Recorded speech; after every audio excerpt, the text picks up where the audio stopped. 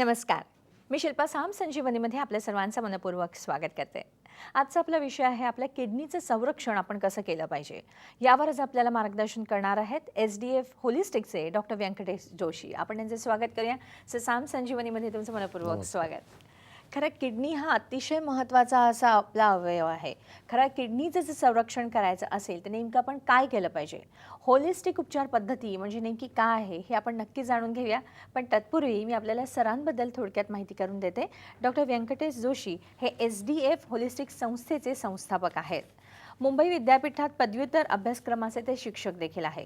खरं तर संशोधनाची त्यांची वृत्ती आहे आणि आवड असल्यामुळेच त्यांनी हर्बल प्रोडक्ट्स जी आहेत ती आपल्या होलिस्टिक पद्धतीने कशी देता येऊ शकतात ह्यावर ते काम करत आहेत. आणि अशाच पद्धतीने अनेक एसडीएफचे डॉक्टर ऑर्गॅनिक औषधीचं संशोधन करत आहेत. खरं तर आज मात्र आपण जाणून घेणार आहोत किडनीचं संरक्षण करण्यासाठी म्हणून आपण ह्या औषधींचा वापर कसा करू शकतो. नेमकं किडनीचं संरक्षण आपण कसं केलं पाहिजे. सगळ्या प्रश्नांची उत्तरं आपण जाणून घेणारच आहोत. पण तुमच्या मनामध्ये जर काही प्रश्न असतील जर नक्कीच तुम्ही विचारता सरांना. यासाठी म्हणून तुम्ही आपला फोन नंबर लिहून घ्या. आपला फोन नंबर असा आहे 66843333. मुंबई बाहेरील सगळ्या प्रेक्षकांनी 022 हा एसटीडी कोड लावायचा आहे. चला तर कार्यक्रमास सुरुवात करूया. सर मुळातच जेव्हा आपण किडनी हा अवयवाबद्दल विचार करत असतो आणि तो अतिशय महत्त्वाचा असा आहे. आपल्या लहानपणी शाळेमध्ये आपण त्याचं कार्य ऐकत असतो, सगळं करत असतो. पण जेव्हा खरं आयुष्य आपलं सुरुवात होतं, जेव्हा समजायला सुरुवात असते तेव्हा मात्र आपण त्याच्याकडे दुर्लक्ष करत असतो. तर मुळातच आपण ह्या किडनीच्या कार्यापासून सुरुवात करूया का कार्यक्रमामध्ये. कारण किडनी म्हटल्यानंतर किंवा काय ह्याचं संरक्षण करावं पहिल्यांदा असं वाटतं की आपण वेगवेगळ्या कारणांनी रुग्ण वेगवेगळ्या कारणासाठी औषधी घेत असतात, हॉस्पिटलमध्ये असतात, त्याच्यावर डॉक्टर सतत ट्रीटमेंट करत असतात. पण ज्यावेळेस हे जे महत्त्वाचे अवयव असतात, जर किडनी आहे, हार्ट आहे, लंग्स आहे, फुफ्फुस ज्याला म्हणतो, लिव्हर ज्याला म्हणतो आपण, हे जर साथ देत असतील तरच त्या डॉक्टरला ते यश मिळत असतं. नाहीतर अनेक रुग्ण दगावतात, तसा तो रुग्ण पण दगावत असतो. कारण हे जे लाईफ आहे, जे जीवन आहे, त्या ह्या 5 अवयवावर अवलंबून आहे. आणि होलिस्टिक संकल्पना ही 5 अवयवाचं संरक्षण करतात. त्यातलं एक महत्त्वाचं जे किडनी आहे ते एक महत्त्वाचं अवयव आहे.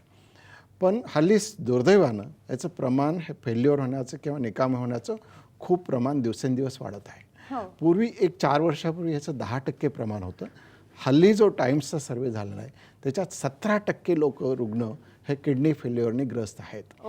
आणि विशेषतः जे शहरी भागात आहेत, शहरी भागात सेकंड नंबर टायर सिटी किंवा फर्स्ट नंबर मुंबई वगैरे सारख्या सगळ्या 17% रुग्ण किडनी फेल्युअरमुळे आहेत. त्याचं महत्त्वाचं कारण की ही संख्या वाढते का. वाढण्याचं कारण महत्त्वाचं असं आहे की कुठलाही आजार झाल्यानंतर त्याला त्रास झाला तर तो रुग्ण रुग्णालयाकडे जातो किंवा डॉक्टरकडे जातो. पण किडनी फेल्युअर झाल्यानंतर त्या रुग्णाला त्रास जाणवत नाही. आणि कुठलाही आजार एका स्टेजमध्ये होत असतो. निसर्ग कधी अन्याय करत नसतं. काहीतरी झालं की लगेच सूचना करत असतो. पण किडनीमध्ये ज्या सूचना आहेत त्या होत नसतात. आणि किडनी हे फेल्युअर 1 ते 5 स्टेजमध्ये होते. पण दुर्दैवाने 1 ते 4 स्टेजपर्यंत त्याला त्रासच नसतो. आणि 5व्या स्टेजमध्ये ज्यावेळेस गेलेला असतो रुग्ण त्याला त्रास होतो. त्यावेळेस रुग्ण आणि 1 ते 4 स्टेजमध्ये त्रास होत नसल्यामुळे तो रुग्णालयाकडे जात नाही. त्यामुळे त्याचं प्रमाण वाढत जातं. आणि तसंच एक कारण आहे. दुसरं म्हणजे जे किडनी फेल्युअर झाल्यानंतर जे रक्ताच्या चाचण्या होतात, वेगवेगळ्या कारणामुळे रुग्ण आपल्या रुग्णालयात जात असतो, त्याचं सेरम क्रिएटिनिन एक महत्त्वाची टेस्ट असते, ते वाढलेलं दिसतं. वाढलेलं दिसल्यानंतर सुद्धा त्या पेशंटकडे किंवा त्या टेस्टकडे, त्या चाचणीकडे, किडनीकडे डॉक्टरकडून दुर्लक्ष होत असतं. कारण त्याचं कारण काय की त्यांच्याकडे ते ट्रीटमेंटच नाही. त्यामुळे ते दुर्लक्ष केलं जातं. आपण काही करू शकत नाही, त्यामुळे ते दुर्लक्ष केलं जातं. आणि ज्यावेळेस 5व्या स्टेजला जाईल त्यावेळेस मग डायलिसिस तरी करू आणि ट्रान्सप्लांट तरी करू वगैरे वगैरे असा एक बघण्याची दृष्टिकोन किंवा विचार करण्याची क्षमता. पण हल्ली आपल्या ह्या टॉक शोमुळे, अवेअरनेसमुळे रुग्णाचा अवेअरनेस खूप वाढलेला आहे. आणि जसं क्रिएटिनिन वाढलं की त्याच्या लक्षात यायला लागलेलं आहे. हे आमचं जे फीडबॅक आहे. मी परवा औरंगाबादला एका आमच्या सेंटरमध्ये गेलो होतो. तो रुग्ण असाच साम टी व्हीचा टॉक शो ऐकला होता आणि त्याचं क्रिएटिनिन वाढत होतं. तर ते 2 ते 2.5 होतं आणि त्यासाठी तो इमिजिएट डॉक्टरकडे, नेफ्रॉलॉजिस्टकडे गेला होता. असे तिने सतत 3 नेफ्रॉलॉजिस्ट चेंज केले तरी त्याचं क्रिएटिनिन वाढत होतं. शेवटी त्याला काळजी असते, तो डॉक्टरला सतत विचारत असतो. मग डॉक्टरसुद्धा एक तिसरा जो होता त्याला दुर्दैवाने तो म्हणलं माझंसुद्धा क्रिएटिन वाढलेलं, मी काय करू असं म्हणलं. तर तो हे विनोदाची जरी भाग सोडला तरी क्रिएटिनिन वाढल्यानंतर ह्या ॲलोपॅथिकमध्ये किंवा मॉडर्न मेडिसिनमध्ये किंवा केमिकल औषधीमध्ये औषधी नसल्यामुळे तो भाग दुर्लक्षित होतो आणि त्रास नसल्यामुळे. आणि एकदा झाल्यानंतर मग डायलिसिस करो किंवा ट्रान्सप्लांट करो. डायलिसिस झालं तर एक तात्पुरती ट्रीटमेंट असते, ती एक्सटर्नल बाहेरून करणारी एक ट्रीटमेंट असते. त्यामुळे मधल्या सिस्टीम असो किडनी असो ते काही दुरुस्त होत नाहीत. आणि डायलिसिसचा एक सतत शरीरावर दुष्परिणाम होत असतो, कारण त्याच्यातून प्रोटीन लॉस होत असतो. प्रोटीन हे बॉडी बिल्डिंगसाठी आवश्यक असतं. जसं एखादं बिल्डिंगला ब्रिक्स लागतात, विटा लागतात ते असतात, तसंच एक प्रोटीनचं काम ते आहे. त्यामुळे मसल्स दुबळ्या होत जातात. मसल्स दुबळ्या झाल्या त्याची कामाची क्षमता कमी होते, तो बेड रिडन व्हायला लागतो. आणि विशेषतः जसं मसल्स दुबळ्या होतात तशाच हार्ट मसल पण दुबळ्या होतात.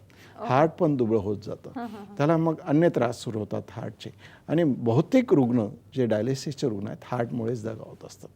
त्यामुळे डायलिसिसचा एक मर्यादित उपयोग होत असतो. तसंच बाबतीत ट्रान्सप्लांटचं आहे. ट्रान्सप्लांटच्या जे झाला दोन वेळा ट्रान्सप्लांट झालेले रुग्ण आमच्याकडे येतात आणि त्यांचं एक फेल्युअर तेवढंच प्रमाण आहे. आणि कारण ट्रान्सप्लांट झाल्यानंतर जी औषधी दिल्या जातात त्याला एक इम्युनोसप्रेसंट औषधी म्हणतात. शरीरातली जी प्रतिकार क्षमता आहे ती दाबून ठेवण्यासाठी ती औषधं दिली जातात. कारण प्रतिकार क्षमता जर काम केली तर ती किडनी रिजेक्ट करत असते आणि ती प्रतिकारशक्ती दाबून ठेवल्यामुळे दुसरे अन्य आजार होत असतात आणि त्या आजारामुळे रुग्णाचा त्रास होतो. तर ह्या सगळ्या पार्श्वभूमीवर महत्त्वाचा उपाय जो आहे त्याचं संरक्षण करणं हेच खरं गरजेचं आहे. आणि ते संरक्षण वेळेवर करणं हे महत्त्वाचं आहे. त्यासाठीच आपला आजचा टॉक शो ठरला. नक्कीच सर, जसं मी सुरुवातीला म्हटलं होतं की संरक्षण करणे हे आवश्यक आहेच. पण सर, जेव्हा किडनीचं जे क्रिएटिनिन वाढत असतं तर क्रिएटिनिन वाढतं म्हणजे नेमकं काय होत असतं, आणि दुसरं म्हणजे ते रुग्णाच्या लक्षात काय येत नाही. हो,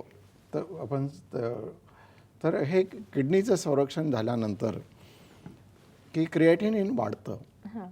ही क्रिएटिनिन हे 1.4 आहे. 1.4 पर्यंत नॉर्मल असतं आणि त्याचं जसं हळूहळू वाढत जातं. वाढत गेल्यानंतर त्याला लक्षात येतं की किंवा ते लक्षात घ्यायचं असतं की आपली ही किडनी ही काम करण्याची क्षमता त्याची कमी होत आली. बरोबर. तर हे वेगवेगळ्या कारणामुळे होत असतं की त्याचे आपण पाहणार आहोत. त्यासाठी एक स्लाइड बघू आपण. नक्कीच सर, मला असं वाटतं की सर ही जी स्लाइड आहे या सगळ्या गोष्टी आपण पाहणारच आहोत किंवा आपल्या सगळ्या ज्या किडनी बद्दलचं संरक्षण आपण का केलं पाहिजे, नेमकं कसं केलं पाहिजे हे नक्कीच जाणून घेणार आहोत. पण वेळ झाली आहे एका ब्रेकची, घेतोय छोटासा ब्रेक.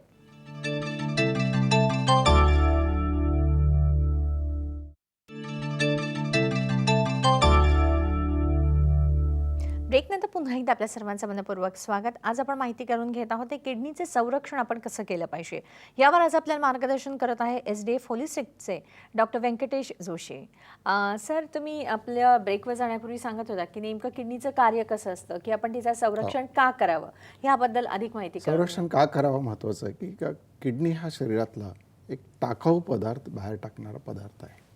एक जसं घराला एक ड्रेनेज सिस्टीम असते, त्यातली एक शरीराची एक ड्रेनेज सिस्टीम आहे. समजा ड्रेनेज सिस्टीम बंद झाली तर काय होईल की घर घाण होऊ शकतं. तसंच शरीरामध्ये पाण्याचं संतुलन ठेवणं, शरीरातलं पाण्याचं संतुलन ठेवणं, जे आपण पाणी घेतो ते एक्सेस बाहेर काढणं आणि दुसरे जे काही टाकाऊ पदार्थ असतात, काही विषारी पॉयझन असतात, त्यांचं नियंत्रण करण्याचं काम हे किडनी करत असतं. जर किडनी काम करत नसेल तर शरीरात पाणी जमायला लागेल. पाणी जमायला लागेल म्हणजे कुठेतरी ज्या शरीरामध्ये जमायला नको आहे, समजा फुफ्फुसात पाणी गेलं तर आपण लगेच गुदमरतो, हवा घेता येत नाही, ऑक्सिजन घेता येत नाही, तसे प्रकार होऊ शकतात. त्यामुळे पाण्याचं नियंत्रण ठेवणं गरजेचं असतं. आणि काही विषारी पदार्थ जसं क्रिएटिनच्या बाबतीत तुम्ही बोलला होतात, हे एक सुद्धा विषारी पदार्थ असतात, त्याचं नियंत्रण ठेवणं आवश्यक असतं. ते जर वाढत गेलं तर मग शरीराला दुसरे परिणाम होतात, जसं एक मळमळ होते, ॲसिडिटी होते, भूक कमी लागते वगैरे वगैरे, ॲनिमिया होतं. ह्या सगळ्या तक्रारी होतात, पण ह्या चौथ्या स्टेजला होतात. तर हे सगळं होत असताना मग किडनीचं संरक्षण करायचं म्हणजे कसं करायचं किंवा कुणापासून करायचं. तर कुणाचंही संरक्षण करत असताना आपण त्याचे एक दुश्मन लक्षात घेत असतो. आपले एनिमीज कोण आहेत, आपले शत्रू कोण आहेत, तसंच हे किडनीचे शत्रू कोण आहेत आपण ते पाहू. तर त्यासाठी एक आपण स्लाइड बघू. पहिला शत्रू जो आहे तो डायबिटीस आहे. आणि डायबिटीस जो आहे हल्ली 4 रुग्णामध्ये 1 रुग्ण 25% रुग्ण डायबिटीसमुळे ग्रस्त आहेत. बरोबर. आणि डायबिटीस झाल्यानंतर की लगेच तो रुग्ण घाबरत असतो आणि औषधी सुरू करत असतो आणि ज्या कंट्रोल करणारी औषधं आहेत ती सुद्धा किडनीला घातक असतात. ओ. वास्तविक डायबिटीस झाल्यानंतर मी म्हणेल की 5 ते 10 वर्षात आणि जर डाएट आणि एक्सरसाइज आणि सोबत जर ऑर्गॅनिक मेडिसिन घेतलं तर त्याची लाईफची क्वालिटी किंवा किडनीची क्वालिटी खूप इम्प्रूव्ह होऊ शकते. ओके. आणि त्यातल्या त्यात कुठल्या रुग्णाला जर 50च्या आत जर डायबिटीज झाला असेल किंवा ब्लड प्रेशर झाला असेल तर त्याने खूप विशेष काळजी घेतली पाहिजे. 50च्या नंतर जर डायबिटीज झाला असेल आणि कुठली जरी औषध खाल्लं तर त्याचा लाईफ हा उत्तरार्धाकडे जात असतो, त्यामुळे त्याचं फारसं नुकसान होत नाही. पण आमच्याकडे जे रुग्ण येतात 20 ते 30 वयामध्ये डायलिसिस किंवा 30 ते 40 वर्षामध्ये डायलिसिस घेऊन येतात, त्याचं हेच कारण महत्त्वाचं आहे की जी डायबिटीसची औषधं आहेत ती कंट्रोल करणारी असतात, तो आजार कमी करणारी नसतात आणि त्या औषधाचा डायबिटीसवर परिणाम होतो, तो आजाराचाही परिणाम होतो, डायबिटीस गोळ्याचाही परिणाम होतो. त्यामुळे डायबिटीस एक नंबर शत्रू आहे. त्यामुळे डायबिटीसमध्ये डाएट एक्सरसाइज करणे आणि डायबिटीसच्या रुग्णांनी आपली किडनी सुरक्षित आहे की नाही वेळोवेळी तपासणी करून पाहणे गरजेचं आहे. बरोबर. त्यानंतर दुसरा जो महत्त्वाचा आहे कॉमन जो ब्लड प्रेशर आहे. Blood pressure. मी तर म्हणेन डायबिटीसपेक्षाही ब्लड प्रेशरचा हा अतिशय प्रमाण वाढत चाललेलं आहे आणि त्यामध्ये विशेष म्हणजे दुर्भाग्याने तरुण वय यंगस्टर जे आहेत ते व्हिक्टीम बनत आहेत, ते त्याचे हे होतात. आज 20 वर्षाचा मुलगा सुद्धा आज ब्लड प्रेशरने ग्रस्त आहे. परवा एक पुण्याच्या रुग्णालयात आमचे डॉक्टर सांगत होते की तिथे एक मुलगी आली होती आणि तिचं करिअरची जी सुरुवात होती आणि तिचं करिअरची सुरुवात झाल्यानंतर एक मेडिकल टेस्ट केली गेली आणि मेडिकल टेस्ट केल्यानंतर तिची किडनी फेल्युअर डिटेक्ट झाली. अरे बापरे. आणि ती पोस्ट ग्रॅज्युएट मुलगी होती जिचं सॅलरीचं पॅकेज 5 ते 6 लाख होतं. असं असताना सुद्धा तिला तोपर्यंत काही त्रास नव्हता. विशेष म्हणजे ज्यावेळेस एखादा मेडिकल टेस्टसाठी तिची टेस्ट होती त्यावेळेस तिचं डिटेक्ट होतं की तिची किडनीवर परिणाम झालेला आहे. ती सुदैवाने आमच्याकडे आली कारण तिचं क्रिएटिनिन 2च्या आतच होतं. ती आज चांगली आहे, पण अशी रुग्ण फार कमी आहेत. तर त्यांचं वेळेवर जर निदान झालं तर खूप परिणाम होतो. त्यामुळे ब्लड प्रेशरचं प्रमाण जर आहे, ब्लड प्रेशर सुद्धा परत सांगण्यासारखं महत्त्वाचं म्हणजे जेवढ्या लवकर ब्लड प्रेशर असेल तेवढी जास्त काळजी घेतली पाहिजे. 50च्या नंतर जर ब्लड प्रेशर असेल तर तेवढा सिरियस किंवा तेवढा गंभीर आजार नाही म्हणेन, पण 40-30 ही जी वयोमर्यादा आहे ह्या अतिशय घातक आहे. त्यासाठी होलिस्टिक दृष्टिकोनातूनच ट्रीटमेंट केली आणि ऑर्गॅनिक औषधी वापरली, त्याचं किडनीचं संरक्षण केलं तर फार सुखकारक होतं त्याचं जीवन असं म्हणेन. सर, तुम्ही जसं सांगितलं की ब्लड प्रेशरपासून आपण जपलं पाहिजे किंवा मधुमेहापासून जपलं पाहिजे आणि हा देखील उल्लेख केला की कधी कधी आपल्याला ते लक्षातच येत नाही की इतकं हा आजार बळकावतो की आपली किडनी फेल झाली हे देखील लक्षात येत नाही. पण सुरुवातीला जर आपल्याला अशा कोणती लक्षणं दिसून येतात की जर आपण सावध झालं तर नक्कीच आपण ही किडनी वाचवू शकतो? हां, ब्लड प्रेशरच्या बाबतीत थोडीसं आपण सांगता येईल की ब्लड प्रेशर झाल्यानंतर एखाद्या वेळेस त्याला कधी चक्कर येते, कधी डोकं दुखतं किंवा बेचैनी होते आणि असं काही झाल्यानंतर तो डॉक्टरकडे जात असतो. डॉक्टरकडे गेल्यानंतर त्याचं ब्लड प्रेशर रुटीनली चेक केलं जातं किंवा एक बघण्याच्या दृष्टीनं किंवा ब्लड प्रेशर पाहिल्याशिवाय पेशंटचं समाधान होत नाही म्हणून सुद्धा डॉक्टर पाहत असतो. त्याचं ब्लड प्रेशर पाहिलं जातं. पण त्या बाबतीत कधी कधी रुग्णाचं दुर्लक्ष फार नुकसान करत असतं. ब्लड प्रेशर वाढलेलं जरी असेल तरी तो सांगत असतो की माझं आज टेन्शनमुळे वाढलेलं आहे किंवा आणखी काय कारणामुळे वाढलेलं आहे, त्यामुळे त्याच्याकडे दुर्लक्ष करतो. वास्तविक ब्लड प्रेशर एकदा जरी वाढलेलं असेल त्याची पूर्ण चाचणी करणं आवश्यक आहे. किंवा किडनीमुळे सुद्धा ब्लड प्रेशर होऊ शकतो आणि ब्लड प्रेशरमुळे सुद्धा किडनीवर परिणाम होऊ शकतो. त्याच्या काही एक युरिनची तपासणी असते ज्याला मायक्रोअल्ब्युमिन म्हणतात. ती जर तपासणी केली तर अर्ली डिटेक्शन ज्याला म्हणतात, किडनीची सुरुवात झाली फेल्युअर होण्यात त्याचं निदान होऊ शकतं. जसं क्रिएटिनची टेस्ट आहे ती केलं तर निदान होऊ शकतं. अशा छोट्या परीक्षांना किंवा थोडं सखोल व्यापक दृष्टिकोनात जर सतर्क राहिलं तर आपण त्याचं किडनीचं संरक्षण करू शकतो, तसं जीवनाचं संरक्षण करतो, हार्टचं संरक्षण करू शकतो. नक्कीच. म्हणजे ही सतर्कता जी आहे ती अतिशय महत्त्वाची आहे. याबद्दल अधिक माहिती करून घेऊया. आपण कार्यक्रमाचा पहिला फोन घेतोय. आपण रवींद्र आपल्याशी बोलतात नाशिकहून. हॅलो, नमस्कार. नमस्कार. नमस्कार डॉक्टर व्यंकटेश जोशी हा. सर. मी तुमचा कार्यक्रम नेहमीच नियमितपणे पाहतो आणि मी तुमचा चाहता आहे. तुम्ही खूप छान मार्गदर्शन सर्वांना करता. धन्यवाद. माझे धन्यवाद. 2 प्रश्न आहेत आपल्याला जोशी सर. हा, बोला ना सर. पहिला प्रश्न असा आहे की क्रिएटिनिन लेवल ही वाढू नये यासाठी रक्तदाबाच्या पेशंटने आहारामध्ये काय काळजी घ्यावी, व्यायाम कसा करावा, आणि दुसरा एक महत्वाचा प्रश्न असा की युरिक ऍसिडचा संबंध क्रिएटिनिन लेवल किंवा रक्त दाबाशी तसेच किडनी विकारांशी असतो का युरिक ऍसिडचा संबंध, आणि युरिक ऍसिड वाढू नये यासाठी काय काळजी घ्यावी आहारामध्ये. हा. नक्कीच. हा. काय सांगाल सर त्यांना? हा अतिशय महत्त्वाचे प्रश्न आहेत. त्यांनी माझे कार्यक्रम ऐकतात त्यामुळे त्यांचं एक त्याचं ज्ञान वाढत चाललेलं आहे लोकांचा. एक चांगली बाब आहे की ब्लड प्रेशरच्या रुग्णांनी काय आहार घ्यावा हा तर महत्त्वाचं सांगितलं की, आणि कुठला व्यायाम करावा. व्यायामामध्ये कुठलाही जरी व्यायाम केला तरी मी सगळ्या रुग्णांना सांगत असतो की त्यांनी 7 तास आपल्या शरीरासाठी दिले पाहिजेत. त्यातले 6 तास झोपेसाठी दिले पाहिजेत आणि 1 तास व्यायामासाठी दिला. व्यायाम कुठलाही केला तरी चालेल, जिम केला तरी चालेल, वॉक केला तरी चालेल, आणि किंवा स्विमिंग केलं तरी चालेल, पण त्यातल्या त्यात योगासनं केलं तर आणखी चांगला व्यायाम. योगासनं हा कुठल्याही वयामध्ये करता येतो. त्याच्यासाठी काही आर्थिक इन्व्हेस्टमेंटची गरज बरोबर. सर्वांग नसते, सुंदर व्यायाम म्हणू शकतो पैशाची गरज नसते, आणि बाकीच्या व्यायामाने बाहेरून शरीर सुंदर होऊ शकतं, पण आतलं शरीर जर सुंदर होण्यासाठी योगासनं आणि तेच जास्त चांगलं राहील असं मी म्हणतो. त्यातल्या त्यात सूर्यनमस्कार आहे किंवा योगासनामध्ये काय महत्त्वाचे सगळ्या पोटाची आसनं होत असतात. सगळा व्यायाम जो आहे पोटाच्या आसनाचे, आणि हे पोट किंवा जी आहे बेसिक सिस्टीम आहे. त्यातच लिव्हर आहे, त्यातच किडनी आहे, त्यामुळे किडनीलाही व्यायाम होतो, लिव्हरलाही व्यायाम होतो. आणि ब्लड प्रेशर हा आजार कमी होण्यासाठी ह्या सगळ्या सिस्टीमला एक्सरसाइज होणं आवश्यक आहे. कारण ब्लड प्रेशर हा महत्त्वाचा जो आजार आहे तो रक्तवाहिन्याचा आजार आहे, नुसता शारीरिक नाही किंवा नुसता मानसिक नाही. रक्तवाहिन्याचा आजार असल्यामुळे त्या रक्तवाहिन्याची लवचिकता जेवढी चांगली असेल तेवढा तो ब्लड प्रेशर नियंत्रित राहतो. आणि हे नियंत्रित करणारी जी औषधं तात्पुरते रक्तवाहिन्या विस्फारित करण्यासाठी दिल्या जातात. त्यामुळे ओव्हरऑल त्याची सिस्टीम चांगली होणं महत्त्वाचं आहे.